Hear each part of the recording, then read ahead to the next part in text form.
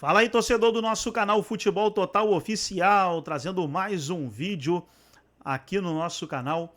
E nesse vídeo para falar do Palmeiras que enfrenta o Juventude neste domingo pelo Campeonato Brasileiro 2025, rodada de número 31.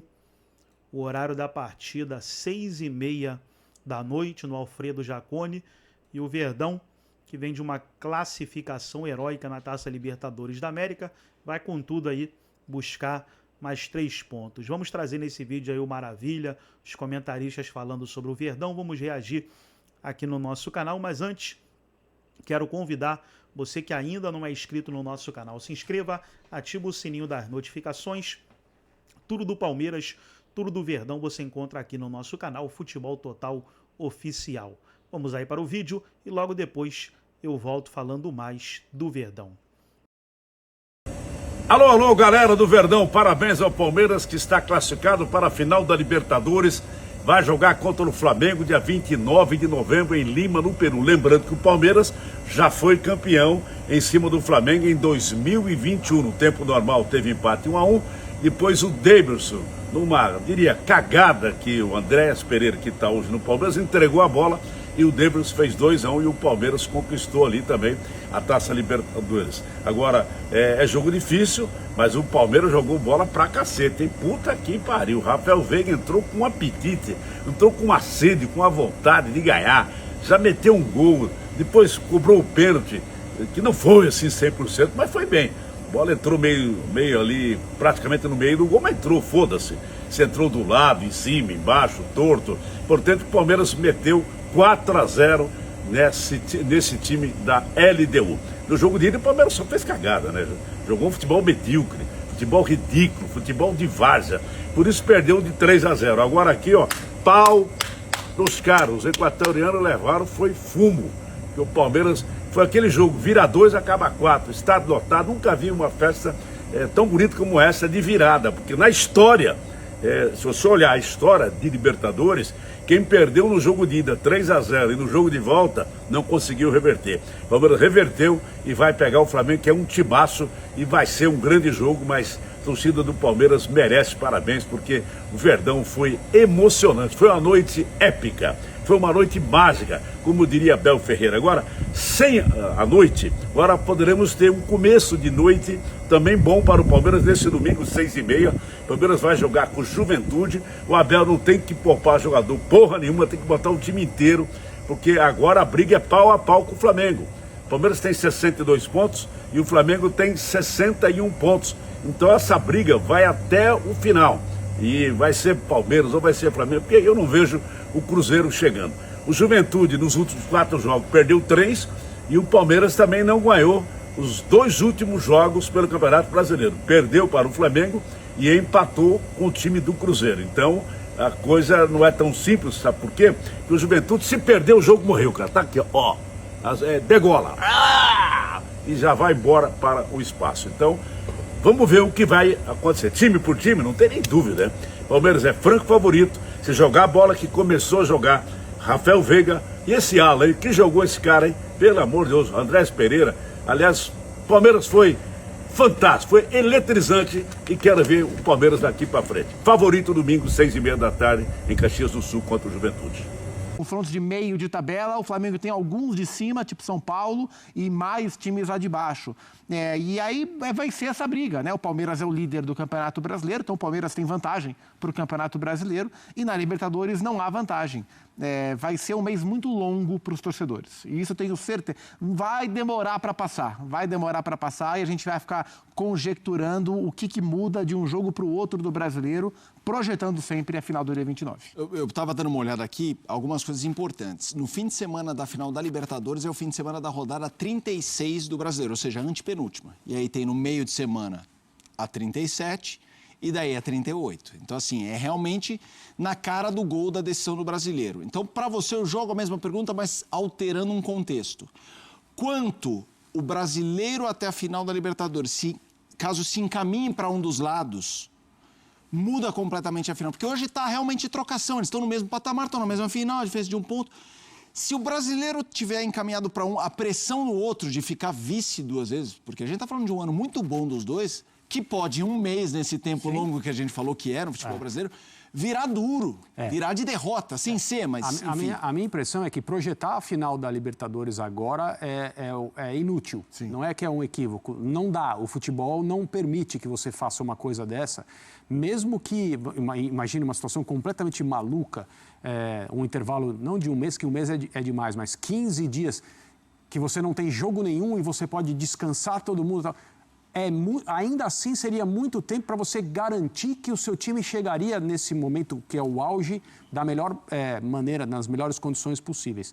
Com um mês, então, isso aí, em termos futebolísticos, está longe demais. É uma coisa assim que não dá nem para você pensar. Agora, é aquela velha máxima também. A melhor forma de preparar uma grande decisão da Libertadores é a rodada do Campeonato Brasileiro. Você ter a oportunidade de, óbvio, manter o seu time num nível de competição alto.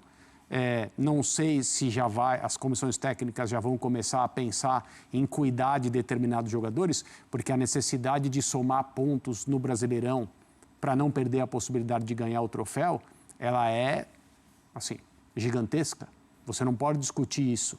Eu acho também, como o Gustavo falou, que na hora de uma possível dividida entre uma coisa e outra, o título que tem mais valor, que é o da Copa Libertadores, é óbvio que vai falar mais alto. Mas os dois clubes já expressaram o desejo de ganhar o Campeonato Brasileiro. O Flamengo de uma maneira muito clara para todo mundo antes do campeonato começar e durante a competição. Mas o Palmeiras tem um componente que, na verdade, o Flamengo também tem, porque o Palmeiras fez uma coisa épica, maravilhosa, histórica, heróica, mas a forma como o Flamengo se classificou fora de casa depois, em especial depois que perdeu um jogador, é também uma coisa que une o time, claro. Também demonstra competência, demonstra um sentido coletivo importante, pela maneira como o Flamengo fechou o jogo, impedindo que o Racing praticamente o ameaçasse demais. Mas, olha, não dá para dizer agora qualquer coisa a respeito de como essas duas equipes vão chegar no final do mês de novembro para decidir a Copa Libertadores. Mas que bom que a gente pode acompanhar o passo a passo delas no Campeonato Brasileiro, diante de nós aqui, para a gente poder avaliar. E assim, vai começar, evidentemente, uma comparação direta, rodada a rodada, semana a semana, entre Palmeiras e Flamengo, até a final da Libertadores. E essa final tem uma questão grandiosa também, que essa temporada nos proporciona um certo nivelamento das duas equipes em aspectos que a gente não estava acostumado. O que é que eu estou querendo dizer? Quando a gente pensa nessa era rica e vitoriosa das duas equipes, onde eles dividem o protagonismo do futebol brasileiro e sul-americano, qual é a principal virtude que a gente observa nos grandes momentos do time do Flamengo?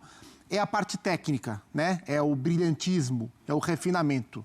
E qual é a principal virtude que a gente aprendeu a observar no Palmeiras do Abel Ferreira nessa mesma era?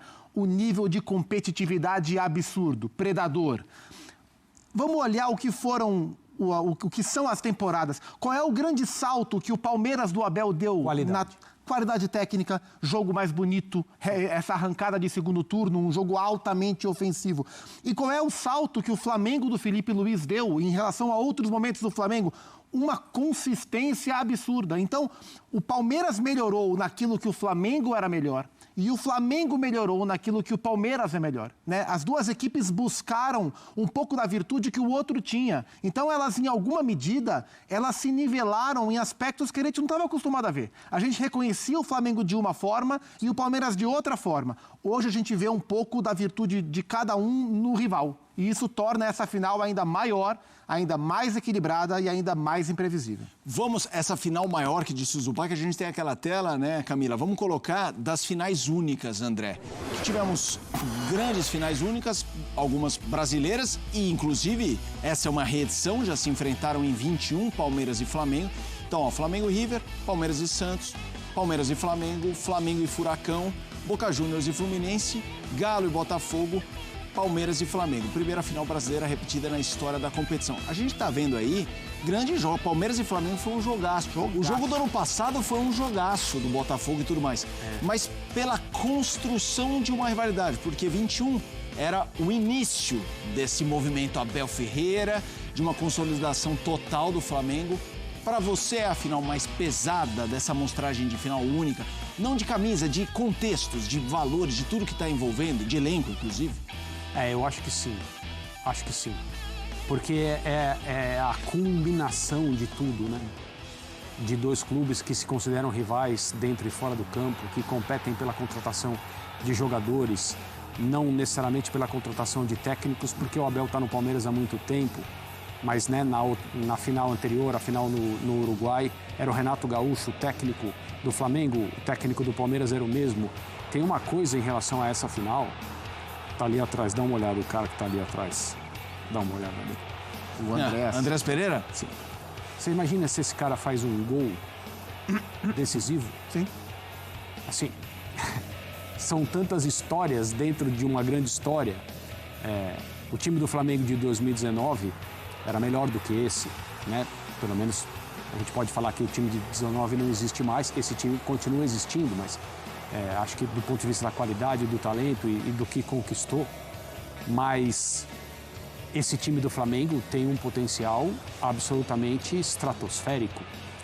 Então eu não sei se a gente acompanhou nas finais entre times brasileiros recentes uma qualidade de lado a lado que essas duas equipes atualmente alcançam. Eu acho que não. A gente pode estudar isso melhor, mas a minha impressão é que não. E é tudo caminhando para um jogo só, né, entre esses rivais e dois times que são indiscutivelmente os melhores do Brasil e da América do Sul. Não tem a menor dúvida quanto a isso. E nessa hora, a final única, ela ajuda, evidentemente, a afunilar tudo e aumentar a emoção, porque são 90 minutos ou mais, mas um jogo só, uma tarde, né? Um evento. Mas olha, no formato anterior, em 2 jogos, um no Maracanã e um no Allianz Parque, calcule o que seria. Vamos seguir falando dos dois, agora trazendo o curto prazo, o fim de semana. O Flamengo tem pela frente o Sport, o Palmeiras visita o Juventude. A gente começa com o lado do Flamengo. Então tá aí, pessoal, foi o vídeo onde os comentaristas debateram sobre o Palmeiras que enfrenta o Juventude nesse domingo. Muitas dúvidas na escalação do Verdão, né?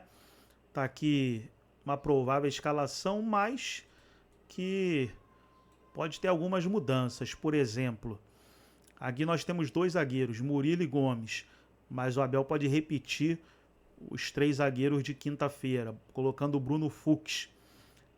Aí seria o Aníbal Moreno, né? Aníbal Moreno sairia e ficaria ali o Andréas Pereira sozinho como volante, idêntico à quinta. Aí pode manter esse time aí, somente nessa troca, deixando ali o Kelvin como ponta de ala direita e Piquerez como ala esquerda. Na quinta ele jogou com o Alan, né? Aí o Alan é bem mais ofensivo. Mas o Alan pode começar como titular também. Aí colocaria o Maurício no lugar do Felipe Anderson ali. E aí joga o Alan, não creio que o Maurício sobra.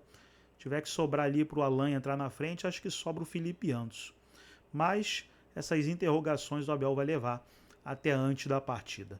Gostou do vídeo? Deixa o like, se inscreva no canal, ativa o sininho das notificações. Forte abraço a todos e até o nosso próximo vídeo aqui no nosso canal Futebol Total Oficial.